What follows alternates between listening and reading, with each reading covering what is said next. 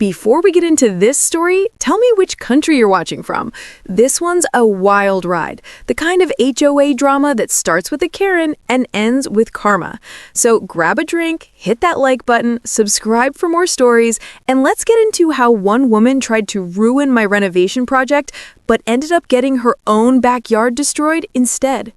It all started on a sunny Tuesday morning, the kind of peaceful day where you expect nothing to go wrong. I'd finally decided to fix up the old patio behind my house. Cracked tiles, broken railings, and a fence that had seen better days. I hired a licensed contractor, a friendly guy with a small crew who'd done great work for my neighbors before. Everything was going smoothly until she appeared. Karen. The self-appointed queen of the neighborhood, the kind of person who didn't need an HOA title to act like she ran everything.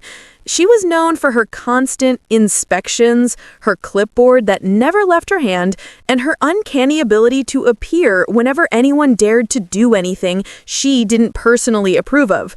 That morning, as soon as the crew's truck pulled up, she was already out front. Her oversized sunglasses reflected the sun and her attitude perfectly. She stood at the edge of my driveway watching every move like she was catching criminals in the act. At first, I ignored her. The crew went about unloading materials, setting up tools, and mixing concrete. But within 10 minutes, I noticed her phone come out. She was recording, then pacing, then talking loudly into her phone. I didn't think much of it until 2 police cars showed up. Apparently, Karen had called 911. She told dispatch there were suspicious men on her street who looked like they were breaking into someone's house. Never mind the fact that there was a giant banner on the truck with the contractor's business name. The officers got out, calm but cautious.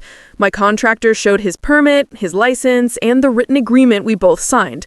It took them all of 2 minutes to realize it was a false call. The officers apologized, explained the situation, and left, but not before giving Karen a warning about misuse of emergency services. Most people would have felt embarrassed, not Karen. She doubled down. She started shouting across her yard that my contractor was illegally working without HOA approval.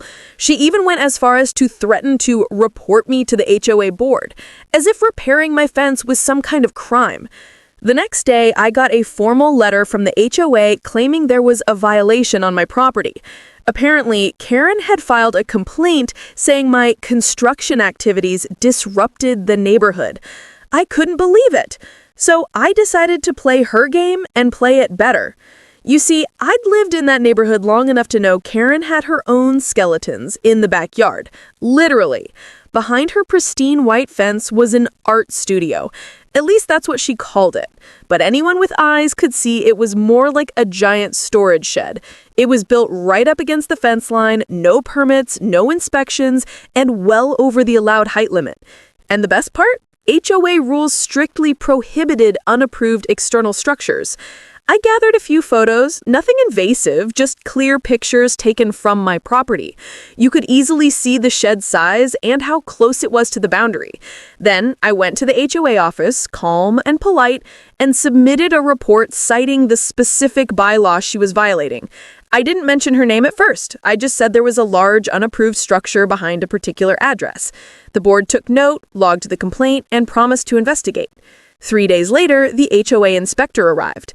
Karen must have thought she was finally getting to see someone punished, because she was out front, arms crossed, smirking as he walked up my driveway. But then, instead of heading to my house, the inspector turned right, toward hers. The look on her face was priceless. From my porch, I could see her trying to talk her way out of it. She led him into her yard, pointing at my house, gesturing dramatically like she was still trying to blame me for something. But the inspector wasn't buying it. He was measuring, taking notes, and shaking his head. A few hours later, she received an official violation notice.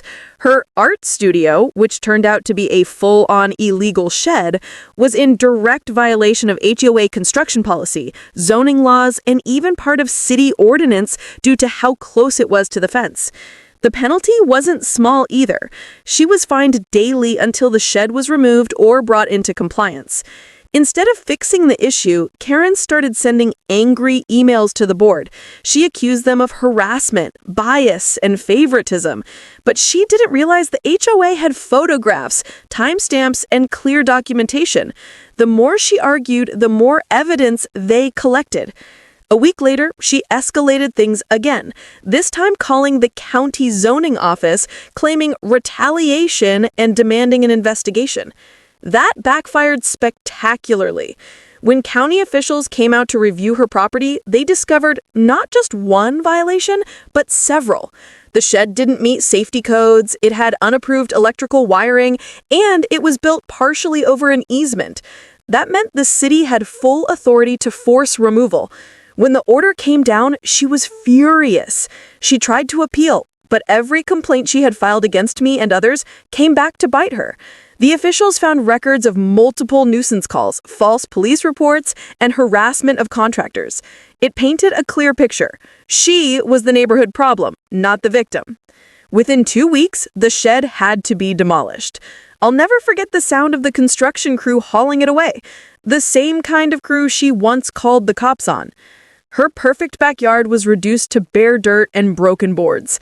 After that, she went quiet. No more notes, no more shouting, no more interference. The HOA stopped taking her complaints altogether. Eventually, she put her house up for sale. No surprise there. Her reputation was done. My contractor, on the other hand, finished the patio. It looked amazing, clean, polished, and peaceful, exactly how the neighborhood should have been all along. Sometimes karma doesn't come through the police or the courts. Sometimes it comes through the same system a Karen loves to abuse, the HOA. And this time, it hit harder than she ever expected. So that's the story of how a nosy HOA Karen tried to get my contractor arrested and ended up losing her illegal shed instead. Tell me where you're watching from, which country you're in, and don't forget to like, subscribe, and turn on notifications for more wild HOA and Karen stories just like this one. Because in the end, if you live by the rules, the Karens will always trip over their own.